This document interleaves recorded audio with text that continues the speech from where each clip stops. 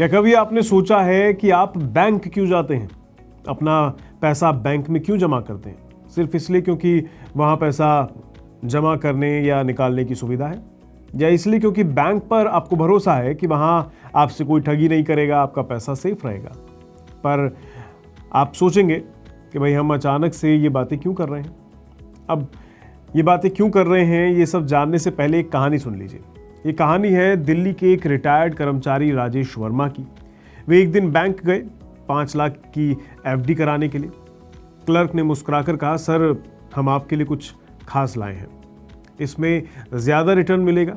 राजेश जी ने सोचा बैंक तो भरोसे का है, सो उन्होंने ले लिया। अब 1 साल बाद उन्हें पता चला कि वो तो एफडी नहीं बल्कि एक इंश्योरेंस प्लान था, जिसमें 5 साल से पहले पैसे ही नहीं निकाल सकते, और अगर पैसे निकालें तो मोटा नुकसान हो जाएगा। ये कहानी है एक पढ़े लिखे सरकारी कर्मचारी की। अब ज़रा सोचिए, अगर एक ऐसे पढ़े लिखे आदमी के साथ ऐसी चीज़ें हो सकती हैं तो बाकी लोगों का क्या हाल होगा। नमस्कार, आप देख रहे हैं मनी 9 और मेरा नाम है रोहित कौशिक।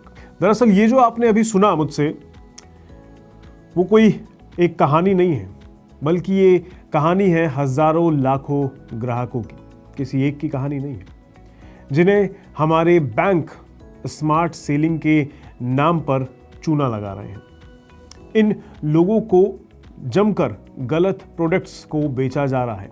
बेचे क्या जा रहे हैं? जल्दबाजी या ज़बरदस्ती थोपे जा रहे हैं।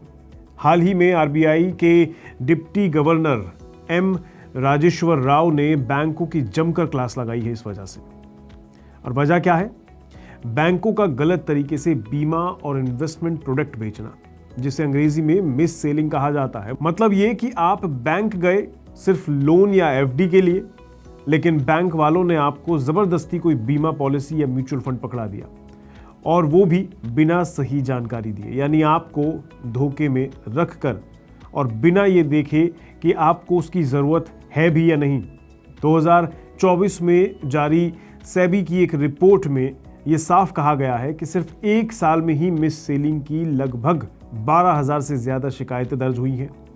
इसके अलावा इंश्योरेंस रेगुलेटर इरिडा ने बताया है कि बीमा से जुड़ी मिस सेलिंग की शिकायतों में इस साल 18% की बढ़ोतरी भी हुई है, और इनमें वो बैंक शामिल हैं जो इन इंश्योरेंस कंपनियों के कॉर्पोरेट एजेंट बने हुए हैं। और तो और आरबीआई की भी एक रिपोर्ट ये कहती है कि फाइनेंशियल ईयर 2024 में इस तरह की शिकायतों में 15% की बढ़ोतरी हुई है। ये तो बात हुई आंकड़ों की, पर अब सवाल ये उठता है कि आखिर बैंक ऐसा कर क्यों रहे हैं। क्रिसल की एक रिपोर्ट बताती है कि प्राइवेट बैंकों की करीब 20% कमाई अब इंश्योरेंस और इन्वेस्टमेंट जैसी नॉन इंटरेस्ट वाली इनकम से हो रही है। मतलब बैंकों के लिए ये कमाई इतनी जरूरी बन चुकी है कि अब वो इसे रोकना ही नहीं चाहते। अब उनका फोकस सर्विस देने से ज्यादा प्रोडक्ट बेचकर पैसा कमाने पर शिफ्ट हो गया है। असल बात यह है कि बैंक के क्लर्क और रिलेशनशिप मैनेजर को इंश्योरेंस बेचने पर मोटा कमीशन मिलता है। इसी लालच में वो रिस्क और उससे जुड़े नुकसान की बात को छिपा लेते हैं, और नुकसान किसी और का होता है। किसका? ग्राहकों का। एक रिसर्च के मुताबिक गांव में 62% ग्राहक ये मानते हैं कि बैंकों ने लोन लेते समय उन्हें जबरदस्ती इंश्योरेंस या इन्वेस्टमेंट प्लान बेचा। इसमें से कई लोगों को इस इंश्योरेंस की कोई ज़रूरत ही नहीं थी, फिर भी उन्हें अपनी गाढ़ी कमाई ऐसी जगह लगानी पड़ी जहां शायद उन्हें नहीं लगाना था। यानी देश के कई बैंक, खासतौर पर पब्लिक सेक्टर के जो बैंक हैं, लोगों को इंश्योरेंस या इन्वेस्टमेंट प्लान ऐसे बेच रहे हैं जैसे सब्जी वाला मूली भिंडी बेचता हो। ग्राहक की ज़रूरत क्या है, उनकी समझ क्या है, इसकी कोई बात ही नहीं कर रहा। बस इनका टारगेट पूरा होना चाहिए। आसान शब्दों में कहें तो बैंक अब ग्राहक की ज़रूरत नहीं, अपनी कमाई सोच रहा है। सरकार और आरबीआई अब इस पर लगाम कसने जा रही है, लेकिन जब तक बैंक अपने इस सेल्स कल्चर को नहीं बदलते, ग्राहक ऐसे ही ठगे जाते रहेंगे। अभी कुछ महीने पहले ही वित्त मंत्री निर्मला सीतारमण ने इसी पर साफ शब्दों में बैंकों को क्या कुछ कहा है, आइए देखते हैं। The one important point is banks should serve as vital pillar of trust building with the public. I've said this in the morning as well. I think it is important. to increase this.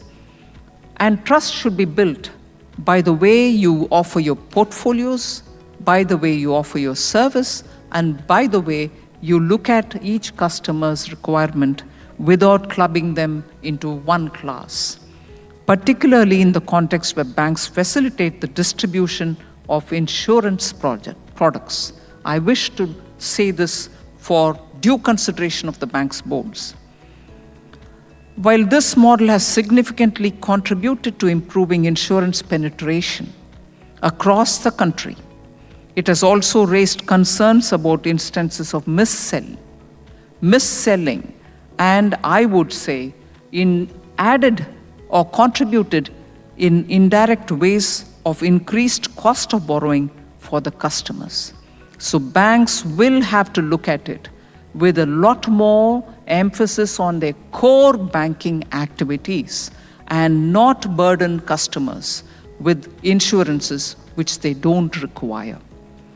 So banks must prioritize on transparency, ethical practices, and clear communication strategies for us to earn the trust of the people.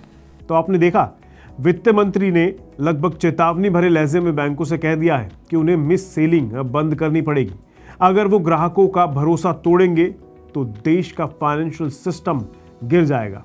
इसके अलावा उन्होंने बैंकों को ये भी याद दिलाया है कि ग्राहकों को जबरदस्ती बीमा या इन्वेस्टमेंट प्रोडक्ट्स बेचना या जानबूझकर गलत जानकारी देना एक तरह का धोखा है।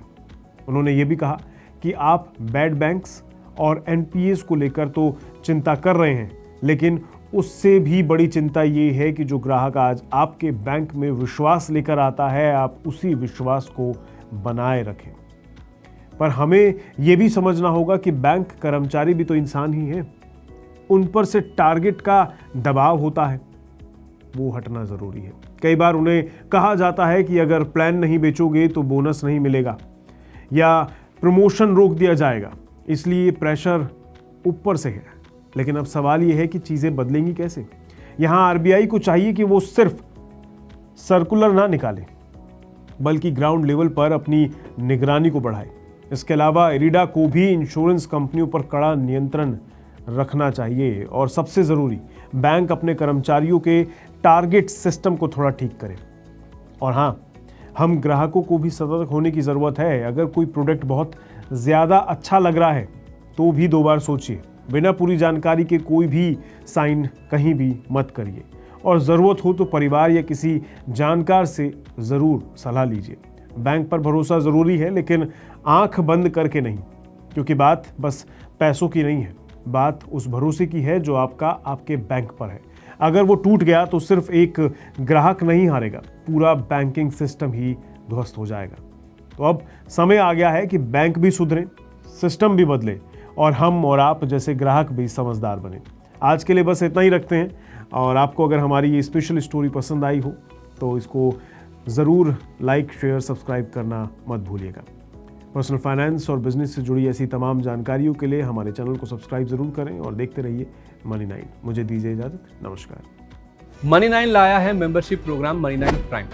अब आपके दिमाग में कई सारे सवाल होंगे, मसलन आखिर क्या है ये मनी 9 प्राइम, आपके लिए यानी दर्शकों के लिए इसके क्या फ़ायदे हैं, और एक बड़ा सवाल ये कि मनी 9 प्राइम से आखिर जुड़ना कैसे है। तो इसकी पूरी जानकारी हम आपको देने जा रहे हैं। मनी 9 प्राइम में 3 प्लान होंगे, इकोनॉमी, स्टैंडर्ड और वीआईपी। तो फटाफट ज्वाइन कीजिए यूट्यूब पर मनी 9 प्राइम। ज्वाइन करने के लिए मनी 9 के यूट्यूब पेज पर जाइए, होम पेज पर मिलेगा ज्वाइन बटन, इसे क्लिक करें, अपनी पसंद का प्लान चुनें और बस हो गया, अब आप रहेंगे सबसे आगे।